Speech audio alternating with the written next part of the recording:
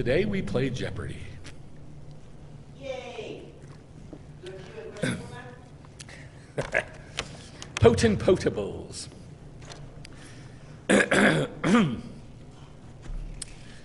Emor has tons of laws in it, and Robert was telling me that he was watching the teaching I did from 21, was it? And he said, oh my God, it was so full and it was hitting me hard and it was all this. We're not going to do that today. Today, we are going to play Jeopardy, sort of. We are just going to go through some basics. And as I was studying, and by the way, I didn't do this simple, short study because I didn't have time. I was doing the teaching till 8:30 last night. So I put the time in. I just, I was short of time this week, but not why I did it. As I was reading, I kept hearing in my head different people, like people who are watching on video that send me emails, and a few of you, that I thought, maybe you've never been taught this basic stuff. And I realized I was taught this by Joe Good in 86, I believe, 1986, the year we got married. That's when I learned this. And it's about baskets. It's a simple, simple way to study Scripture. When we did the 10 words, remember how we went through the whole Torah, and we saw that every single law, quote law, could fit into one of the 10 words, right? Like the 10 words are like listing of the chapters. That's all it is. Yeah, chapter headings. That's basically all it is. Well, this is another way to do the same thing, only for the whole Bible, not just for the Torah. You can put almost every single verse, every single concept, every single chapter, every single passage, almost, into one of the baskets of the festivals. It was a couple weeks ago, I think 3 weeks ago, we were at the kitchen table, and Rebecca goes, do you have a mind palace? Remember I brought that up? Yeah. Do you have a mind palace? Like, how do you remember all those verses? This is how I do it. Joe Good taught me this back in 86. This is how I remember a lot of verses. I've got baskets, and I go, oh, that one goes in this basket, and that one goes in this basket. Categories. And it makes things much, much, much easier, because the Bible's enormous. So, we're going to read the festivals. We haven't done this in many years. Just read through the festivals. A lot of vocabulary in it, and then we'll look at the baskets. So, Leviticus 23.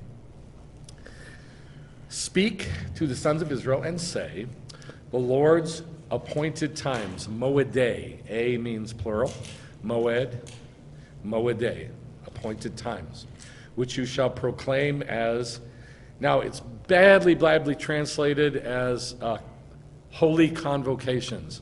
I will never say that because I don't know what a convocation is, and not what it says in Hebrew anyway. It's mikra, a being plural, mikra, and it's like an invitation, like a calling. Now, by implication, it's like a rehearsal, because you do something, you do it, you call out, you say it, you repeat it. And so by doing that, you're rehearsing it. Now, in Old English, they would literally use the word rehearse in the King James, like, and he rehearsed unto them the message, or something like that. And it's like that, like an invitation, like a call. And so by implication, it's something done over and over again as a rehearsal. So it does not mean rehearsal. It's only by implication. But it does mean very clearly, see those three middle letters? Kuf, Resh, Aleph, Kara? That means evangelize. That means call out. That means accost. That means stand in somebody's path and don't let them pass. And you just confront them. You talk to them. You call out to them. And they can't get by you. That's an evangelist. That's a mikra. So the word mikra, they translate it as rehearsals or invitations or callings. Then he says, my appointed times, my moedei are these. So now I'm listing the Shabbat as number one, because that's how it is in Leviticus 23. These are the festivals. Number one is Shabbat. So, number one, for 6 days work may be done, but on the seventh day there is a Shabbat, Shabbaton. Say Shabbaton. Now, the way they translate this is a complete rest or something like that. I think it says complete rest in most of the translations. Shabbat, you know what that means, rest. Shabbaton. Now, it's translated in Judaism as a high Sabbath. Right, a high Sabbath. So you could say a Shabbat that is a high Sabbath. You could translate it like that, and it's fine. For 6 days, work may be done, but on the seventh day there is a Sabbath, a high Sabbath. And then he says a Mikra Kodesh. I already tell you what that means. These are the Moedei of the Lord. Mikra'e Kodesh, that's plural. Mikra'e, A means plural. Mikra'e Kodesh, which you shall tikra'u. There's that word again. Kara. Tikra, tikra'u. Proclaim, call out, evangelize. All right? At the Moadam for them, at the appointments for them. All right, first festival. On the first month, on the 14th day of the month, between the evenings, is the Lord's Passover. Now, here's what I want you to look for. I want you to look for these words. Shabbaton. Shabbaton. All the festivals are a Shabbat. That's why they're listed here. But my question is, are all of them Shabbaton? All right. So he says, the month between the evening, 14th of the month between the evenings is the Lord's Pesach. Then on the 15th day of the same month, there is a feast of unleavened bread, Chag HaMatzah. For 7 days you shall eat matzah. On the first day you shall have a Mikra Kodesh. And on the seventh day you shall have a Mikra Kodesh. You shall not do any work. So my question is Pesach a Shabbaton? What about Chag HaMatzah? Yes. They're two totally different things. Pesach is not Chag HaMatzah. They're separate. But neither of them say Shabbaton here. So here's the trick. Elsewhere in the scriptures they do say Shabbaton. For Chag HaMatzah, not for Pesach. For Chag HaMatzah. Now we're going to come to the next one, Bikurim. Does it say Shabbaton? Does not say Shabbaton here. And guess what? Doesn't say it anywhere else either. Shabbaton. When you enter the land which I am going to give you, you gather its harvest. Then you shall bring in the omer, the sheaf of the first of the harvest. Reshit katsir. Reshit, the head or the first of the katsir. Katsir is harvest. To the priest, bring the Reshit Katsir to the priest. He shall wave the Omer on the day after the Shabbat. The priest shall wave it until this very day, until you have brought in the offering of your God. Now watch this. You shall not eat bread. You shall not eat roasted grain. You shall not eat new produce of the barley, is what it is. Until you do that, until you offer the Omer at the temple to the priest, no bread anywhere in Israel, nowhere. Because remember, it was Chag HaMatzah, unleavened. So that got rid of the last of the bread.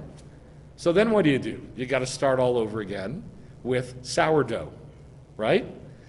The first of that sourdough is what it's talking about here when it says Reshit Katsir.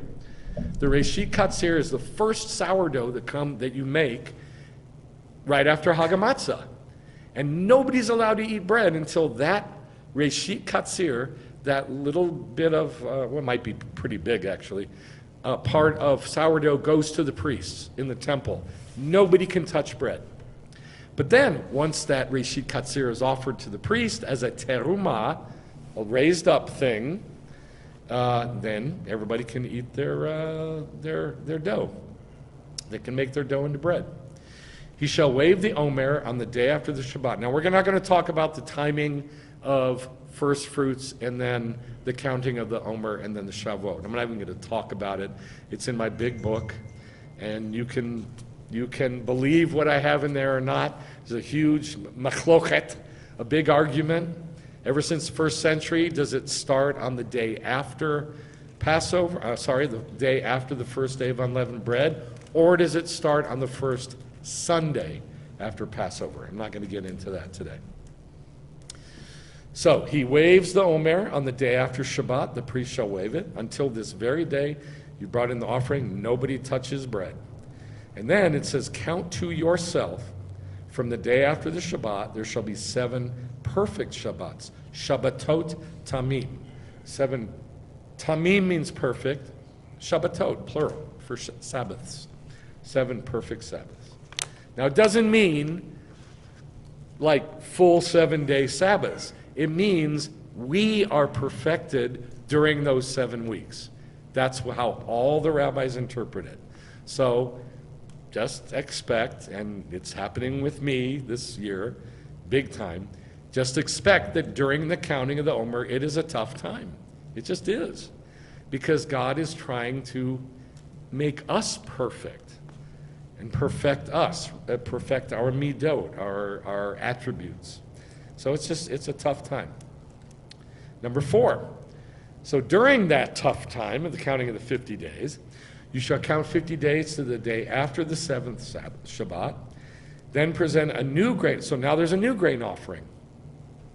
But here's the clues. Here's the thing that you really need to look for. The grain changes from Passover. No, the grain changes from unleavened bread to Shavuot. Anybody know how it changes? Well, that's one thing. What's the change? Yes. It starts with barley, and then as it progresses through the 7 weeks, you end at Shavuot with only wheat. It starts with only barley, and then some wheat starts coming up over time. So you got wheat and barley together, and then the barley dies off, or it's all been harvested, and then nothing but wheat by the time you get to Shavuot. You got that? You got to remember that to play our game. Okay. In the 7th month and the 1st of the month. Oh, I'm sorry. So count 50 days to the day after the 7th Shabbat. Then present a new grain offering to the Lord. A new grain. Well, the reason it says new grain is because it's new grain. It's different grain. It's now. What is it? What is it? What is it? Wheat. Right, wheat. Present a new grain, a different grain, you could say, to the Lord. On this very day, make a call or an invitation, a mikra. You are to have a mikra kodesh. You shall do no work. Number 5, in the 7th month, on the 1st of the month, you shall have a Shabbaton. Now Shabbaton shows up again. So for the spring and into summer festivals, it never said Shabbaton, did it? Never said Shabbaton for Passover, for unleavened bread, for first fruits, or for Shavuot. Passover is not a Shabbaton, but unleavened bread is a Mikra Kodesh. It's one of the high holy days, the high days, sorry. So, unleavened bread, did it say Shabbaton? Hello? No. Okay. First fruits, did it say Shabbaton? Shavuot, did it say Shabbaton? Okay, so now we come to Rosh Hashanah, and it says Shabbaton. In the 7th month, on the 1st of the month, you shall have a Shabbaton, a zikaron. This is another key word you got to remember to play our game. Zikaron. Say zikaron. Now say yizkor. Every year at Yom Kippur, when we used to go to High Holy Days, in the middle of the afternoon, they'd have Yizkor service. And it was to remember the people who've passed away. And it's on the High Holy Days, on Rosh Hashanah and then on Yom Kippur. Why? Because it says in the scriptures, you shall have a zikaron. You shall have a Yizkor. So that's a word you must remember. A reminder, a zikaron by teruah. Now, teruah means literally an awaking, a wake-up blast, like an alarm clock, an awakening blast. You shall do no work. Number 6, on exactly the 10th day of the 7th month is the Day of Atonements, plural, Yom HaKippurim, We always shorten it to Yom Kippur. But in the Bible it says Yom HaKippurim. It shall be a Mikra Kodesh to you. You shall humble yourselves. You shall not do any work. It is a day to make atonement for you.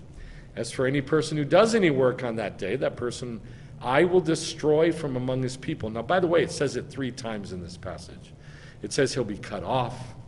It says he will be disgusting to me. And then it says, I'll destroy that soul from among his people. It's pretty harsh.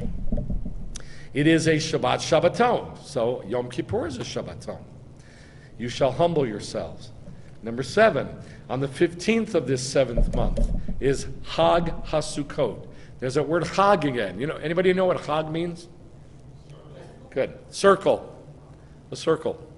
Like a circle dance. You shall have Chag HaSukkot for 7 days. On the first day is a Mikra Kodesh. You shall not do any work. For 7 days you shall present an offering by fire to the Lord. And on the 8th day you shall have a Mikra Kodesh. It is now this is a weird word, atzeret. It means to stop, to restrain, to hold back, to put in prison, anything like that. And it's used like that all throughout the scriptures. Like to imprison something, to lock it up, to stop it. And this is what God calls Shemini Atzeret, like end the time of the festivals. That's what this is. It's a completion. It's like, okay, no more after this. It's the end of the year. End of the festivals. You shall not do any work, beginning with the 15th day of the 7th month, after you have gathered the crops of the land, celebrate the Chag to the Lord for 7 days. The first day is a Shabbaton. Now, number 7 is Sukkot, and number 8 is that Atzeret. Number 8 is Shemini Atzeret, is what it's called in the Bible. Shemini means 8th. Atzeret, what does it mean? End, completion, lockup, conclusion. So it's called the 8th conclusion, and it is the last day of Sukkot. It's actually tacked on, a day tacked on to the end of Sukkot. So with Hag HaMatzah, you had a Mikra Kodesh, a holy rehearsal, on the first day, and then what? The 7th day. Say words. The first day, and then what? The 7th day. Sukkot, you have a holy rehearsal on the first day, and then what? The 8th day. The 8th day. So it's a little bit different. Same structure, but a little bit different. So he says that 8th day is a Shabbaton. That is also a Shabbaton. So all the fall festivals are Shabbatons, but none of the spring festivals are, at least in this passage. Isn't that interesting? The 8th day is a Shabbaton. On the first day, take fruit from a magnificent tree, Pri Etz Hadar. We have never done this in Tzion. Never. We used to do it in Derech Olam, but we've never done it in this congregation. Do you know why? The congregation isn't ready for it. And I'm saying that as clear as I can. The congregation isn't ready for this, for doing this that we're about to read. This is a big, big deal. And it's really the main thing for Sukkot. Building a sukkah isn't the main thing for Sukkot. Taking the 4 species is, and we've never done it in this congregation. So he says, on the first day, take fruit from a magnificent tree. Pri Etz Hadar. That's the fruit. That's the etrog. Branches from palms, the tamar tree. That's the lulav. Boughs of thick trees, the avot. That's the myrtle. And then the willows, the arava, willows, it's just willows, of the brook. And rejoice before the Lord your God for 7 days. Celebrate this as a chag to the Lord for 7 days every year. Live in Sukkot for 7 days. All native-born Israelis are to live in Sukkot. So what we have is that the fall festivals are all Shabbaton, and the spring festivals are not. But they are. The reason I say this is this. The rabbis say because they're all clustered together, and God defines them with the same words of Mikra and Moed, they are therefore also all Shabbaton. You can believe that or not believe that, but that's what the rabbis say. I think it's very interesting that none of the spring festivals are called Shabbaton. And I think there's a picture there. You know why? Because Yeshua came the first time to earth, and he fulfilled the not Shabbaton. And he's coming again the second time to fulfill the things that are called Shabbatons. So I think that's what that's about. You can study that on your own time. So here's what we have. We have 7 festivals. Hagamatzot is Nisan 15 to 21. 15 to 21, 7 days. Then Bikurim is the first Sunday after Pesach, or the day before Hagamatzah. First Sunday after the day before Hagamatzah. Then number 3, Shavuot. It's usually on Sivan 6, at least it is in the Bible, but it is not always. It shifts because of that first Sunday. It could be on the 17th, 18th, 19th, just never know. So, counting 50 days later, sometimes brings us to Sivan 6. Those are good years, and then sometimes doesn't. Then Rosh Hashanah is on Tishri 1, that is a Shabbaton. Yom HaKippurim, Tishri 10, that's a Shabbaton. Sukkot, Tishri 15 through 21, that's a Shabbaton. And then Shemini Atzeret, Tishri 22, which is a Shabbaton. All right, can anybody spot the mistake? I'll give you a hint. It's under the Shabbaton.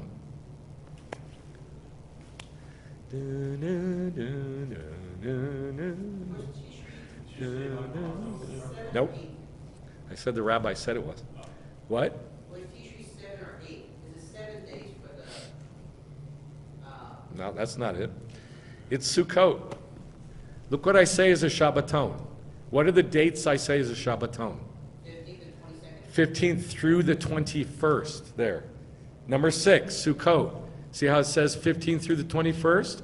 Those days are not all a Shabbaton. What is the day, the one day that's a Shabbaton on Sukkot? The 15th, that's it. 15th. So here's the mistake here. I wrote it wrong. I should have just put the 15th. That's the Shabbaton. And then I should have written that Sukkot is the 15th through the 21st. All right. Here's the baskets. And the category is potent potables. Bikurim for 50. So here's what I'm saying. Most scriptures can be put in a festival basket.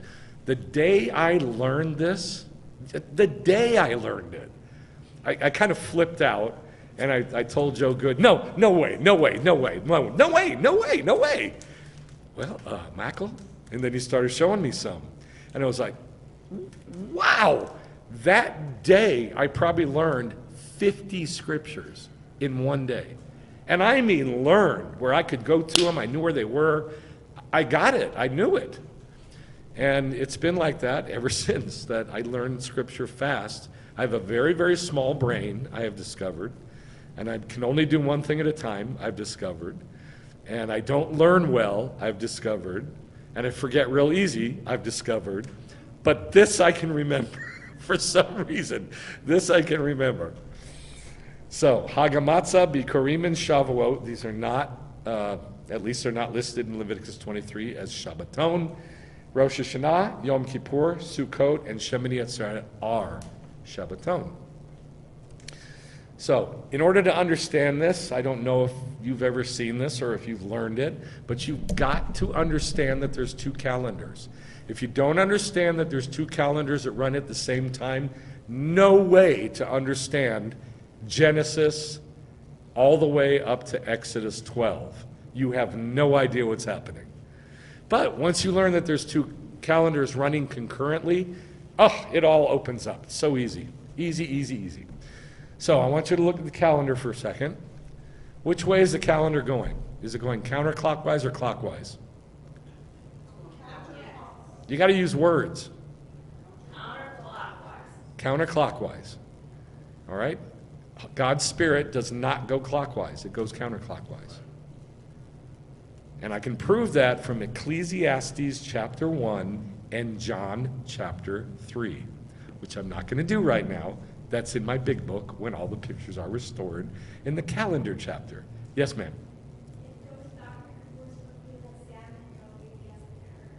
Yes, it doesn't go backwards, it goes forward. But it goes against the current of the world because we're supposed to be like salmon going upstream against the current. You are correct, sir. So if you look at the calendars, plural, you can see that number 1 on the post-Exodus, well, I guess we'll start in the middle, in the inside. On the pre-Exodus calendar, number 1, month number 1, what's it called? Tishri. But on the post-Exodus calendar, it is month number what? Number 7. All right? On the original calendar, we call it the religious calendar, the one that's after Exodus. But the one that's before, we call it the civil calendar. I don't know why it's called civil. I don't like that word, but that's what it's called. So if you don't want to call it that, call it something else. I don't care. But the pre-Exodus calendar, month number 4, what's it called? Tibet. Come on, guys. What's number 4 called? Month number 4. Tibet. You're on Jeopardy now. You got to answer. Tibet. What is Tibet, Bob? Okay. Now, it's number 10 on the post-Exodus calendar. How many months was it changed? 6. It's actually 7, but that's okay. It's okay. It's 7 starting the new month. It's 6 total months. And then the next day you start the next month. So you could say 6 or 7. Either one's fine. All right. Look when they are. When is Sivan? When is Sivan? What time of year? Spring. No. What time of year? It says it there. Can you read it?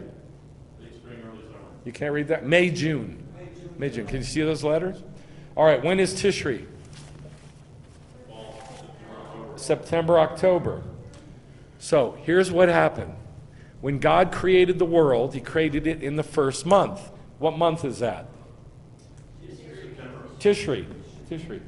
So then all of the book of Genesis happened, and then the first part of Exodus. And then all of a sudden, God shows up to Moses and says, from now on, that's what the moon of the first of the year is going to look like.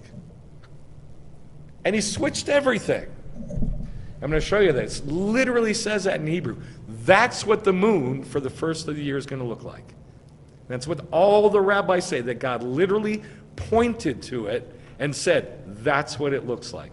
So it's here in Exodus chapter 12, 1 through 3. Now the Lord said to Moshe and Aharon in the land of Egypt, this moon, HaChodesh Hazeh, this. So he's literally pointing to it. This moon, so obviously it is the new moon of Nisan when God is pointing to it. Can anybody else think of where God points to the new moon of Nisan and says, this is you?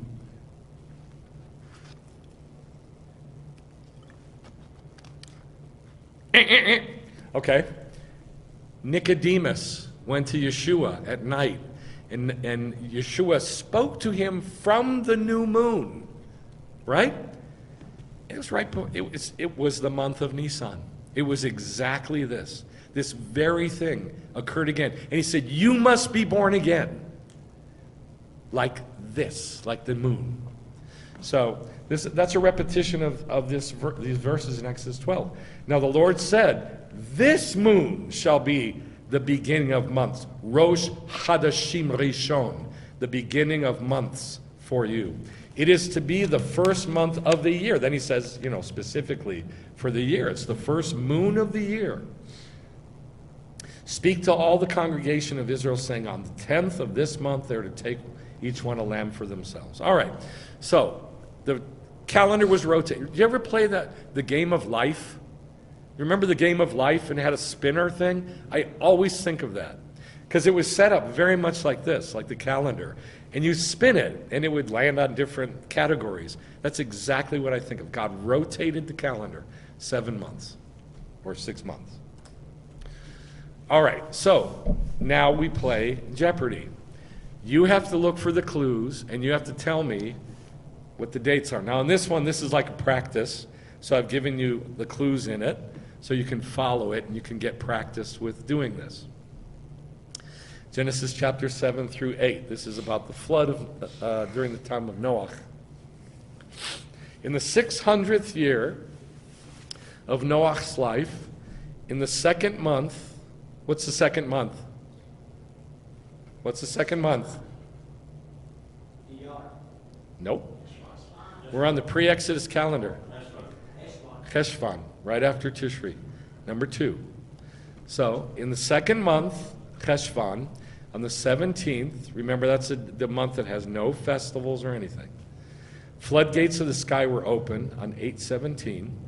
I'm putting 8/17 because I'm telling you what it is on our calendar now. It's Cheshvan 17. The rain fell upon the earth for 40 days. The water prevailed and increased greatly. Of all that was on the dry land, everything in whose nostrils was the breath of life died. The water prevailed on the earth for 150 days. Now that's exactly, in a Jewish calendar, the months are exactly 30 days, or counted as 30 days. So 150 days is how many months? 5 months. So from 8/17 plus 5 months. Then in the 7th month, so 7th month, what month is that? No, yes, Nisan, good. Then in the 7th month, on the 17th of the month, that's Bikurim. 1/17 is Bikurim. It's first fruits, when Yeshua rose. The ark rested on the mountains of Ararat, and the water decreased steadily until the 10th month. What's the 10th month?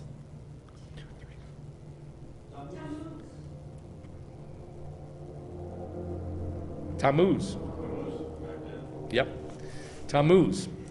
Water decreased steadily until Tammuz. On the first day of the month, Tammuz, the tops of the mountains became visible. Then it came about at the end of 40 days. So you have 4/1, first day of Tammuz, plus 40 days, brings us to 5/9. What's month 5?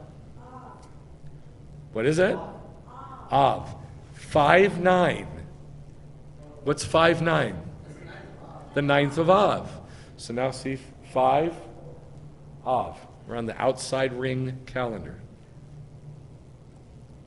5/9. What's the 9th of Av? The destruction of both temples, right? A day of mourning. And look what happens. Noah opens the window of the ark which he'd made, and he sends out a black demon, a raven. Now the raven, the rabbis say, not just because of this verse, is a picture of anti-Semitism. And they say that not just because of this verse, but this verse is good because it's the 9th of Av, and what goes out? A raven out into the world. And it's dead. There's nothing alive in that world. Everything's dead. So it's a picture of anti-Semitism. I wasn't going to do any pictures. I'm sorry. Yes. Eliyahu was fed for 3 years in the desert by raven, wasn't he? Elijah was fed for 3.5 years by ravens, plural. You know why? Because he was at the raven. Where was he? Yes, you. No. He left there and he went on. Where'd he go to? Mount Sinai. What's its other name? What's Mount Sinai's other name? Mount Orev, raven. Mount Orev, raven. So Mount Sinai, which means thorns or hatred, its other name is raven. And he was there at the mountain of the ravens. And so God used these ravens to feed Eliyahu for 3.5 years. It It's a picture of the first half of the birth pangs. That's why it's bad. That's why it's ravens. All right, so he waited another 7 days. So we got 9th of Av plus 7 days. And again, he sent out the dove. Now the dove goes out on 5/16, on the 16th of Av. Then he waited another 7 days and sent out the dove, but it didn't come back to him. So you got another 7 days. So now you're at 5/23. Now it came about in the 601st year. So this is a picture of the day of the Lord, because we were at 600, picture of 6,000, and then boing, the next year, day of the Lord comes, beginning of the next year. In the first month, on the first of the month. I mean, talk about a picture of the day of the Lord. It's Rosh Hashanah, right? It's Rosh Hashanah. What's the first month? What's the first month? Come on, you got to say it out loud to remember this stuff. Tishri. And so it's 1/1. It is the first day of the year. 601, a picture of the year 6001 at Rosh Hashanah, and life. It's a new world, a totally new world. Right, born again. The whole world is born again, and this is a picture of the beginning of the kingdom. On the first of the month, that the water was dried up from the earth, then Noah removed the covering of the ark and looked, and behold, the face of the ground was dry. And in the second month, what's the second month? Now we're back to Cheshvan, so it's been exactly a year. It's been exactly a year. The second month, on the 27th day of the month, the earth was dry. So it's 10 days after the whole thing started a year before. All right, so now you have a little bit of practice using the calendar. So now look at that title up there. What festival? So now you got to look for the clues, and you got to tell me what the festival is that's being discussed. Okay? This is in Genesis about Abraham. Then God said, your wife Sarah will bear you a son, and you will call him Yitzchak. My covenant I will establish with Yitzchak, Isaac, whom Sarah will bear to you by this time next year. In other words, exactly a year from now, on the very day. When he had finished speaking with Abraham, God went up for him. On that very day, Abraham took his son Ishmael and all those born in his house, every male, and circumcised them. Abraham was 99, and he was circumcised, and his son Ishmael was 13. And the Lord appeared to Abraham near the oaks of Mamre. When he saw them, he hurried from the entrance of his tent to meet them, and Abraham hurried into the tent to Sarah. Quick, he said, get 3 se'ah of the finest flour and knead it and bake some bread. So now you have a clue. Well, you got to figure out which grain it is. Yes? Yes? You got to figure out which grain it is. You're not told here. You don't know that. He didn't say that. We don't know it's barley yet. We don't know anything yet. We just know that there's some bread. While they ate, he stood near them. One of them said, I will surely return to you about this time next year. They keep repeating this. And Sarah, your wife, will have a son. The 2 angels arrived at Sodom in the evening, and Lot was sitting in the gate of the city. My lords, he said, please turn aside to your servant's house. And he prepared a mishteh, a feast for them, a feast, baking bread without leaven, and they ate. What's the festival? Hag HaMatzah. So we know that this is barley, but we don't know until we get to Lot's house when he makes a mishteh, which is another word for Hag, feast, and he makes matzah. So it's Hag HaMatzah. So when was Isaac born?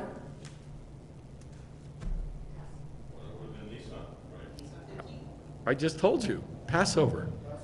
All the rabbis say that Isaac was born on Passover. It's right here. There's the clues. Isaac was born on Passover. You got to say it out loud to remember. You got to say it out loud. Genesis 30. Now in the days of wheat harvest. Okay, so it could be Shavuot. Reuben went and found mandrake fruits in the field and brought them to his mom Leah. Then Rachel said to Leah, please give me some of your son's mandrakes. But she said, what? It's a small matter. You took my husband. You're going to take my son's mandrakes too? Okay, all right, fine. give me some of the mandrakes and you can go have sex with Jacob. And so he's hired out for mandrake. You guys ever seen mandrakes? They are weird. Witches love mandrakes. You know why? Oh yeah. That's their favorite thing to work with. You know why? It's a root of a plant in Hebrew called dodai, which means love apples. Love apples. They're an aphrodisiac. But the root, I swear to God, and you can go check this on the internet, it looks exactly like little people. Like with long, stringy fingers and feet. They look like little humans, right? So this is like one of the favorite things that witches and warlocks use in their magic and their evil. But that's basically what's going on here. She's saying, okay, you can have the aphrodisiacs, and I'm gonna hire Jacob to have sex with him. He may sleep with you tonight in return for your son's aphrodisiacs. When Jacob came in from the field in the evening, Leah went out to meet him and said, you got to go have sex with me. I have hired you with my son's mandrakes. Come on. So he slept with her that night. So we think probably, what time of year is it? Wheat harvest, so it has to do with what festival? Shavuot. Genesis 30, same chapter, a little bit later. Then God remembered Yizkor Rachel, and God listened to her and opened her womb. So she conceived and gave birth to a son and said, God has taken away my disgrace. And she named him Yosef, saying, may the Lord add Asaph to me another son. What time of year is it? What festival? Say it again. Yom Kippur. Any other takers?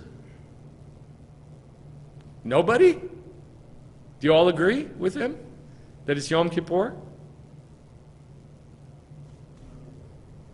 What day does it say you shall have a remembrance? What festival does it say you shall have a remembrance? No. Everybody missed it. Wow. Que lástima.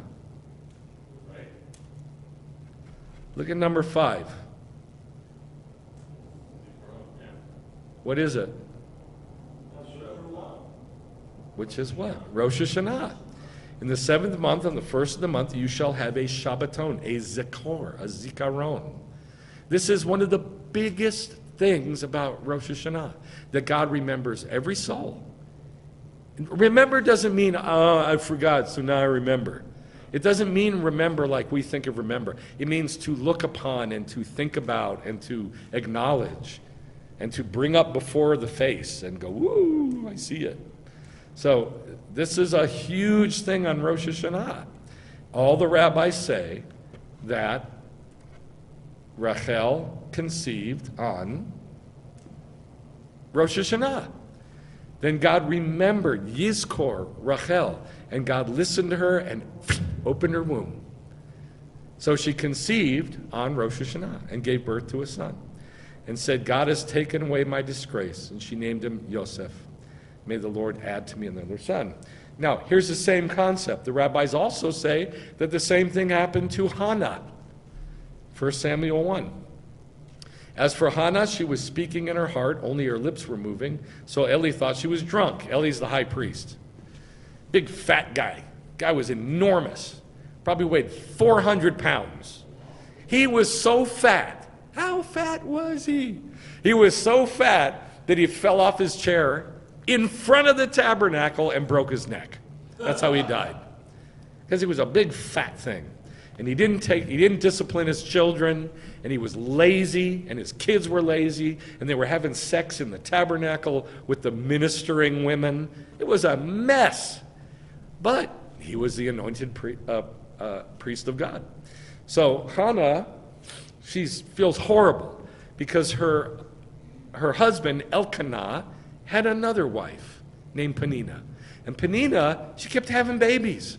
And Hannah, she's the good one, and, better one, and she is barren. And so she's just miserable. And she goes to the tabernacle to seek God, and she's, praying in her heart. And so he thinks she's drunk. because her lips are moving. So Eli thought she was drunk, and she said, I'm a woman oppressed in spirit. I haven't drunken anything, and I've spoken out of my grief. So Eli answered and said, go in shalom. May God grant your petition.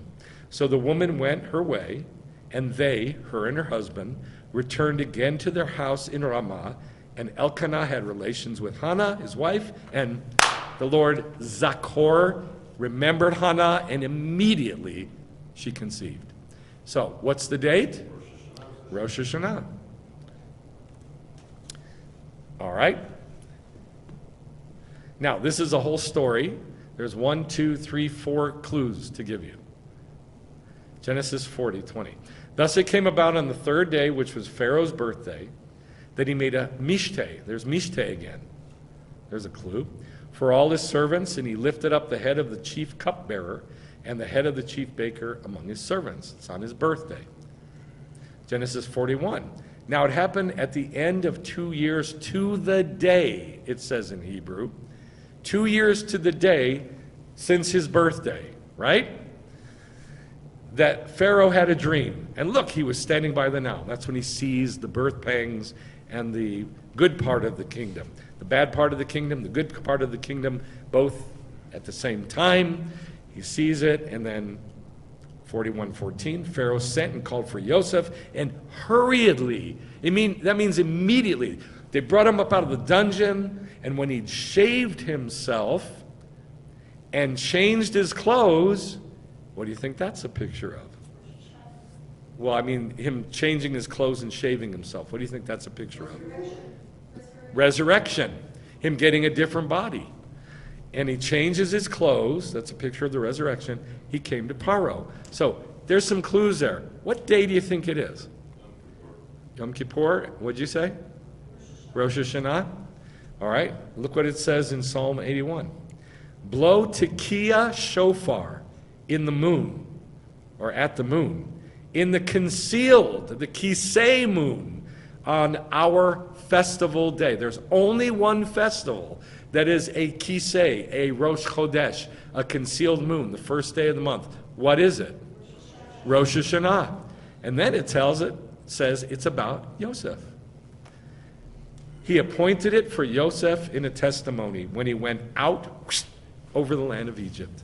So, what day did Yosef go up out of the dungeon and go be over the land of Egypt? Rosh Hashanah. We got 4, Tishri 1, we got 4 clues here. Isn't that cool? Now, when I learned this, I'm telling you, this like something like grabbed me and just like, oh my God, this is easy. Which is probably why I liked it. This is easy. All I have to do is get those clues, stick them in the basket, and I know what to do. I know what it's talking about. I know where to go with it. You get what I'm saying? You need to learn how to do this. All right, here's another one. Judges 7. As soon as you get what you think it is, call it out. Now the camp of Midian lay below him in the valley. This is about Yerubbaal, what's his name? Gideon. During that night, the Lord said to Gideon, get up. If you're afraid to attack, I want you to go down to the camp with your servant Purah and listen to what they're saying. Afterward, you'll be encouraged. The Midianites, the Amalekites, and all the other people of the east had settled in the valley thick as locusts, millions of them. Their camels could not be counted, could no more be counted than the sand on the seashore, millions of them. Gideon arrived just as a man was telling a friend his dream. Say it again? During the counting of the Omer, you say. So the guy says, there's millions of them, and they come to the camp, and they just happen to come upon this tent, the one tent that they come to, and there's a guy in the tent talking to his friend, and he says, hey man, I had a dream last night. And he was saying, I saw a round loaf of barley bread come tumbling into the Midianite camp. It struck the tent with such force that the tent overturned and collapsed. And his friend responded, and this is so weird, this can be none other than Gideon. Gideon is just some schluff that these guys don't even know about. And he's only got 300 men, as opposed to 1 million, more than 1 million man army. So this is total prophecy. This can be nothing other than the sword of Gideon, son of Joash, the Israelite, who they don't even know. God has given them, then he says, God's given our Midianite and the whole camp into that guy's hands. And he's a Midianite saying it. What time of year is it?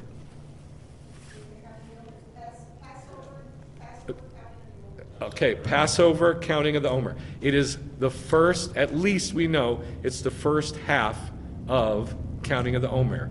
From Passover to a couple weeks later. But the rabbis say it is definitely Hagamatzah. It is Hagamatzah. Why? Right. Well, not just because of the barley. What does he see? Right. He sees the loaf of barley bread rolling like a cake. Now, hold on just a sec. In the festivals, when you give an offering for the festivals, it says you shall give an uga, matzah. You know what uga means? Cake. It's the same word used here. So we know it's Hagamatzah. This is a big old unleavened cake rolling. Okay, what were you going to say? I was going to say also the locust, the season of the locust and attack is like the time when the locust. I don't want to go there because that's complicated, but you're absolutely right. That's big. I'd have to unpack that. Okay, here's another one. Ruth. Naomi returned, and with her Ruth the Moabite, her daughter-in-law, who returned to Shuv from the land of Moab. And they came to Bethlehem in the beginning of barley harvest. Then Boaz said to Ruth, "Don't go glean in another field, and don't leave this one, and stay here with my maids. I've told the servants, don't touch you. When you're thirsty, if you're thirsty, go to the water jars and drink."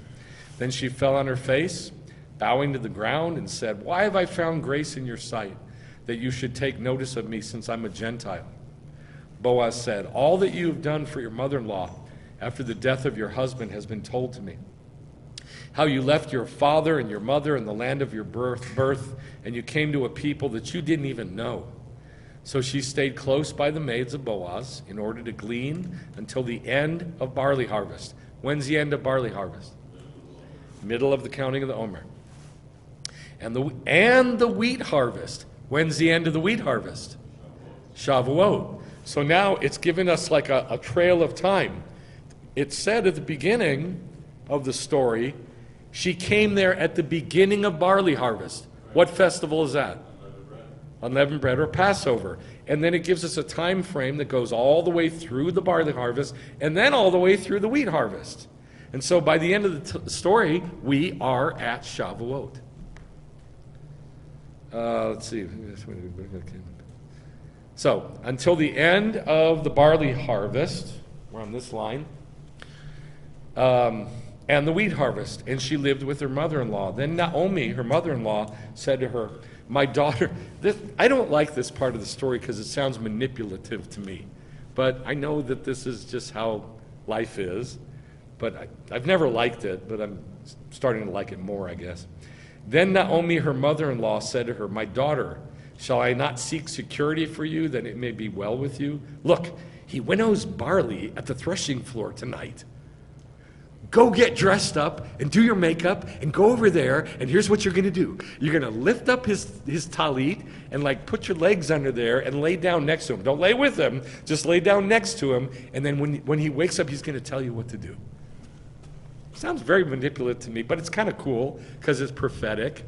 So Ruth does exactly what her mother-in-law tells her to do, and God makes Ruth a Gentile, the grandmother of King David, through this act. But look what it says. "Behold, he winnows barley at the threshing floor tonight." So this is obviously at the beginning of the story, right? It's barley. Yes?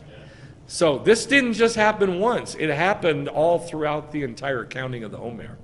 That she went and she humbled herself and she, hung out with the old man Boaz, and then he kind of fell in love with her by the time we get to Shavuot.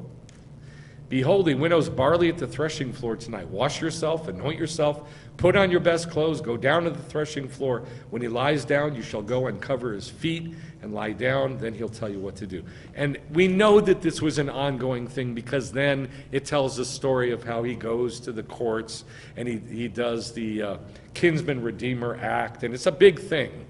And then he finally says, okay, I want her and I'm going to buy her. Okay? So we get the whole from Pesach or Hagamatzah all the way through Shavuot here, counting of the Omer. All right, this was probably the first one I ever learned on my own. And when I saw this, I got so mad. I got so mad because every version of the Bible I looked at read the same way. And I was like, that's not what the Hebrew says. Why are they saying this? So I'll tell you what happened. 2 Samuel 11, 1 through something. It just goes on and on. Then it happened in the spring. What it says in Hebrew is Litshuvat Hashanah, at the return of the year. You all right with that? It happened at spring, at the return of the year.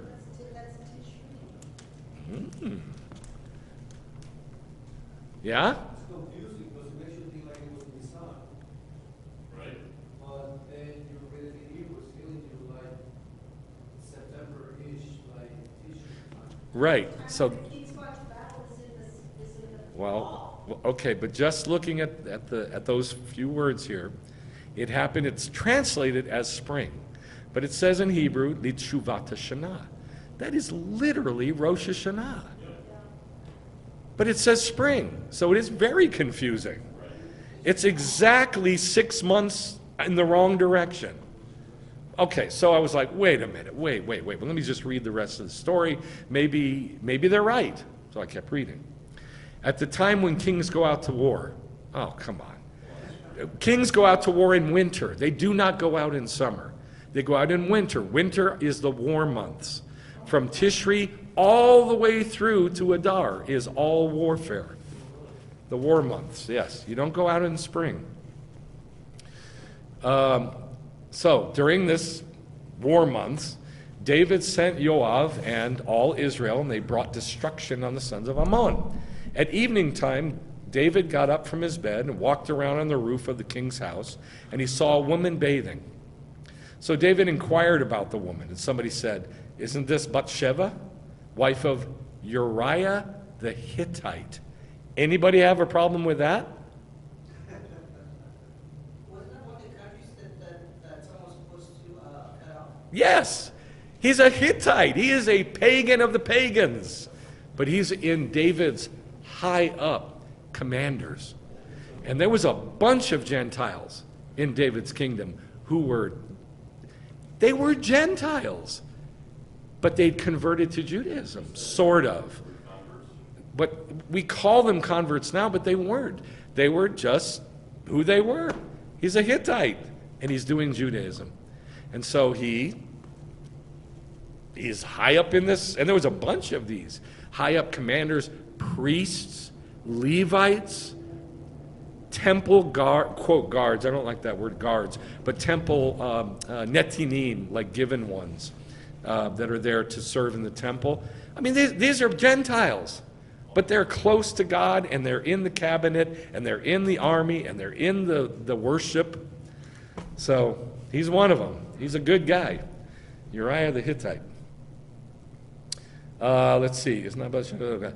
So she's married to Uriah the Hittite. David sent messengers and had her brought, and when she came to him, he slept with her. The woman conceived, and she told David, "I'm pregnant." All right, so at the beginning of the story, it's already Litshuvat Hashanah. It's already the return, the beginning of the year. It's already Rosh Hashanah. And then he sees her probably that day. During the days of awe, exactly. During the days of awe. I'm thinking it's that very day that he sees Bathsheba, he takes her, he rips her off from Uriah, and he has sex with her. And I think, and I mean, correct me if I'm wrong, ladies, some women know when they're pregnant really fast. I mean, I've seen movies where the women know, like, within 3 days, a week, 2 weeks. And I think that's what's happening here. Because she says, the woman conceived, so she told David and said, I'm pregnant. This isn't months later. This is maybe days, maybe a week and a half, maybe 2 weeks later. What's in 2 weeks from Rosh Hashanah? What's in 2 weeks from Rosh Hashanah? No, that's 10 days. What's in 2 weeks from Rosh Hashanah? Sukkot. All right. The woman conceived. She told David, hey, I'm pregnant. Then David sent word to Joab, send me Uriah the Hittite. So Uriah comes back from the battle, and David says, tell me about the war. What's going on? And David said to Uriah, go down to your house. In other words, go have sex with your wife, Bathsheba, so everybody's going to think that baby's yours. And he says, go to your house, wash your feet, and Uriah left. Now remember, I'm not telling the whole story here. There's a lot of verses missing, but I've just tried to get what we need. So Uriah left, and a gift from the king was sent after him. In other words, a big feast was sent after him with lots of food. But instead, the dude sleeps at the doorway of David's house with the servants. He won't even go down to be with his wife. Now, when they told David, Uriah didn't go down to his house, David said, why didn't you go down to your house, dude? And Uriah said, hey, the ark and Israel and Judah are staying in Sukkot. What am I supposed to do? Go be with my wife? I can't leave my family, Israel and Judah, fighting for God, and they're living in Sukkot. So at the beginning of the story, we have Rosh Hashanah, and now, by the time he is trying to kill Uriah, it's Sukkot. And he says the word Sukkot. The ark in Israel and Judah are staying in Sukkot, and Joab and the servants of my Lord are camping out in the open field. What am I supposed to do? Go to my house and eat and drink and sleep with my wife? I can't do that. He does eventually find a way to kill this poor guy. David does. But I want you to see that the greatest theologians who've ever lived got it wrong and translated spring because they don't know the keys to the festivals. And when I say greatest theologians, I'm talking about Christians. I'm not talking about Jews. Yes? That would make them be bloated. You just said in May, it went out to God. In May? Yes. I didn't... Matzah No, there's no Hagamatzah here. No. Gideon. Oh, with We were Gideon. just talking about that. So he was in battle in the spring. Oh, hold on. Who went out to battle? No. In the story of Gideon, who went out to battle? Who attacked who? Who attacked who? The Midianites came with all the people of the east. Jews defend themselves. That's not going out to battle. We go out to battle in winter. Gentiles go out whenever they want to go out. But we go out in winter to take God's word and go make war. Gentiles do whatever they want. But we, it says in the Talmud over and over again, if somebody comes at you with a weapon, what do? You don't just defend yourself, you kill him. You kill him. And that's how Israel functions. We don't go out to war in spring. We go out in winter. They attack us all. It's in the Bible all throughout the year. They go all over. When did Rome attack Jerusalem?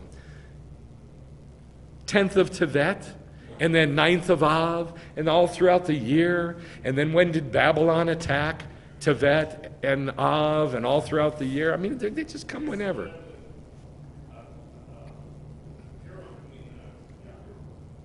Purim, not Purim, Purim. Yeah, they just go out whenever. That's a very, very good observation, by the way. Glad you caught that.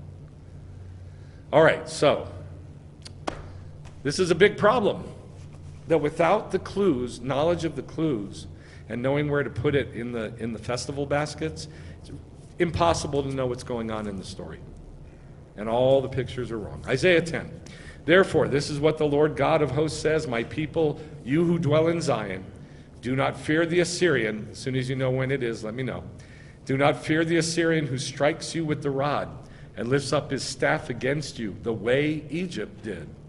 For in a very little while my indignation against you will be ended, and my anger will be turned toward them for their destruction.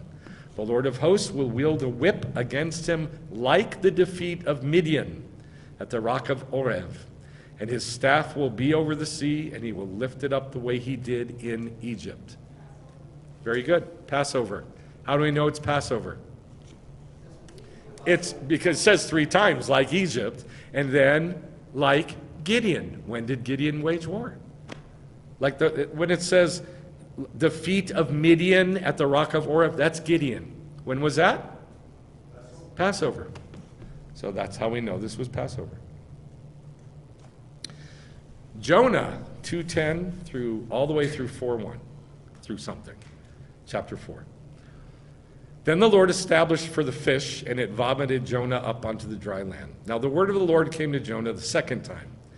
Get up, go to Nineveh, the great city, and proclaim to it the announcement that I'm going to tell you. So Jonah arose and went to Nineveh. Jonah began to go through the city, and he cried out and said, in 40 days, Nineveh will be overthrown. In 40 days. First of Elul. Then the people of Nineveh believed God, and they called a fast and put on sackcloth from the greatest to the least. When the word reached the king of Nineveh, he issued a decree. Don't let man or beast or herd or flock even taste a thing. Don't let them eat, and don't even let them drink water. Now we're at what? You're not saying anything. Okay. And let men call on God that each man turn from his evil way. What day is it? What day is it? Okay, I've heard him. What day is it? You don't know?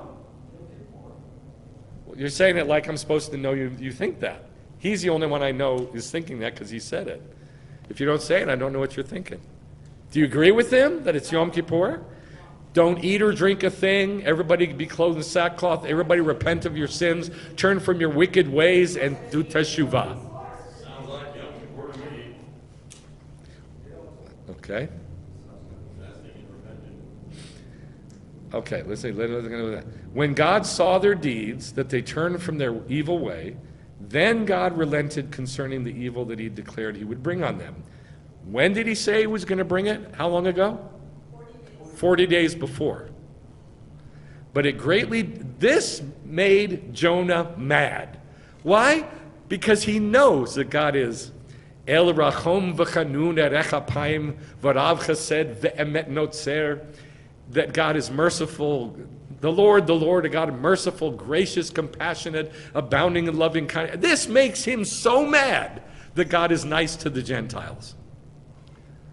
And that's what he says. It greatly displeased Jonah, and he became angry to forestall this. That's why I fled to Tarshish, because I knew that you're gracious and compassionate God, slow to anger and abundant in loving kindness and truth. Oh Lord, kill me now! Then Jonah went out from the city and sat east of it, and there he made a sukkah. So, the beginning of the story, when he first gets to Nineveh and starts walking through this giant city, what's the date? Elul what? Elul 1. He says, the message is on Elul 1, in 40 days, God is going to destroy all of you. What's 40 days from Elul 1? Yom Kippur. When do we read the book of Jonah in Judaism? This is why. This is why we read it on Yom Kippur. That's why the sages all said with one voice, and you don't always get that, with one voice, this occurred from Elul 1 to Sukkot. Oh Lord, kill me now. So Jonah goes out from the city and sat east of it, and there he made a sukkah for himself. And he sat under it in the shade until he could see what happens to the city. And that's not the end of the story. He complains again. He says, kill me now, Lord. And God, all God says is, really, should you be angry about this? And then there's this whole thing where God appoints a gourd that grows up overnight. And then it gets really hot and it kills the gourd. And he says again, God, kill me. I can't stand the heat. And he says, you are such a complainer. Don't you care about 120,000 people who don't know their right hand from their left? They're so stupid. You could be teaching them Judaism. And that's how the book ends. Ezekiel 40. In the 25th year of our exile, at the beginning of the year, on the 10th of the month, what's the festival? You sure? Yom Kippur? At the beginning of the year, on the 10th of the month. Oh, that's when you get the. No, you're thinking about the post-Exodus calendar. Okay, you know what it says at the beginning of the year? You know what that says in Hebrew? Anybody? Yeah, Rosh Hashanah. It literally says, and in the 25th year of our exile, at Rosh Hashanah, on the 10th day of the month. What's the 10th day of the month? Yom Kippur. So this is like a span of time. It's from Rosh Hashanah to Yom Kippur. This prophecy that he sees.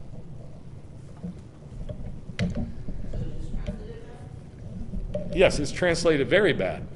Not as bad as 1 Samuel 11, the spring of the year, but it should say, at the head of the year, Rosh Hashanah, the head of the year, on the 10th of the month.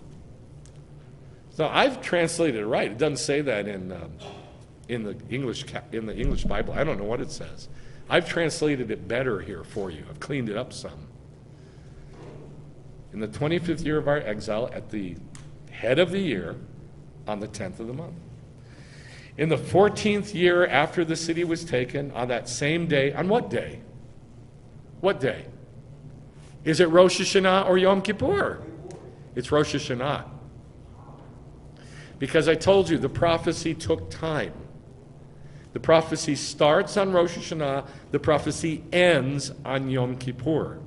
So he's gone back to the beginning of the story and he says, okay, this is what God showed me. On that very day, I saw, on what very day? The first thing he says, Rosh Hashanah. On that same day, that very day, the hand of the Lord was upon me. So he's gone back to the beginning of the story. And was upon me, and he brought me there. In visions of God, he brought me into the land of Israel on Rosh Hashanah and set me on a very high mountain. And on it to the south was something like a city, like a structure like a city. So he brought me there, and behold, there was a man whose appearance was like the appearance of bronze, with a line of flax and a measuring rod in his hand, and he was standing in the gateway. And the man said, Son of man, look with your eyes, hear with your ears, and give attention to all I'm going to show you. 8 chapters worth of everything about the kingdom temple. That cannot be shown in a moment, can it? So the prophecy began on Rosh Hashanah, and he saw all these details about the kingdom and the Temple Mount and the priests and the sacrifices and the furniture and everything about the kingdom temple for about the 10 days of all. The whole 10 days of all to Yom Kippur. Give attention to everything I'm going to show you, for you have been brought here in order to show it to you. Declare to the house of Israel everything you see. This is like one of my favorite chunks of Bible, Ezekiel 40 through 48. One of my favorite things to read. Yeah. And like in the appearance, like in the man, the face of bronze and all that stuff, is it not related to Revelation? Yes, it's exactly word for word the same thing as Revelation. I can't remember, chapter 2. Where he sees exactly the same thing. Yeshua, his feet are like burning bronze, like bronze in the furnace, right? Word for word.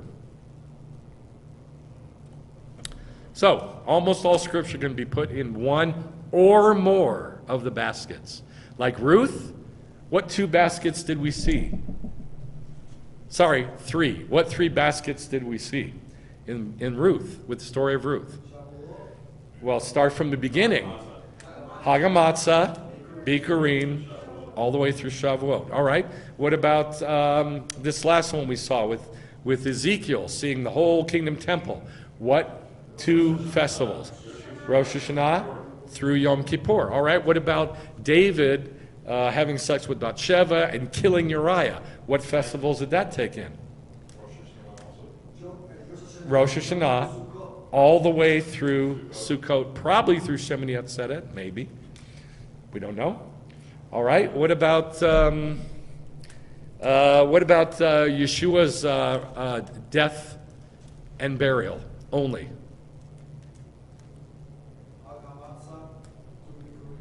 Right. Hagamatzah through Hagamatzah only. I didn't. Okay. What about Yeshua's death and burial and resurrection? Hagamatzah through Bikurim. All right. What about Yeshua's death, burial, resurrection, and then his ascension 40 days later? Nope, doesn't go through Shavuot. Shavuot is 7 weeks later, 50 days. So through about 3/4 of the counting of the Omer. Actually, it's Yom Yerushalayim, Jerusalem Day. Didn't tell you that one. Jerusalem Day is when he ascended. All right. How about when King Uzziah went into the holy place to offer the fire pan full of incense? Anybody know? And they got him and they pushed him out, and he was a leper till the day of his death. What date did that happen? Anybody know? No? No takers? Okay. How about this one? I'm not going to give you the answer. How about when David saw Goliath and he got the sling and he killed Goliath in the head, and Goliath died, and then they went and they attacked all the Philistines and killed them? Anybody know? Think Sukkot? Okay, so this is how it works. You got to look for the clues in every story, any story. Old Testament, New Testament, doesn't matter. New Testament is 15 times harder to do this with. You know why? Anybody know why? Why it's so hard to do it in the New Testament? Exactly. It's assumed we know the Torah. By the time you get to the New Testament, it's assumed that we know the whole Tanakh. And it's just added onto. So it's much, much harder in the New Testament. So you need to start doing it in the Tanakh. All right? So, we don't need that. So we're going to pray, and then we're going to do the Aleinu. Aleinu. Lord, thank you for your categories that you've given us of the festivals to make things clear and concise. We can understand all this confusing stuff that's in a world that we have no idea what it's like. But you show us what it's like through all the clues that you give in the festivals, and I ask that you'd open our minds and our hearts to begin to see the culture and see the world of the Bible. In the name of Yeshua, help us to remember, help us to zakor your word. In the name of Yeshua. Amen. Let's stand.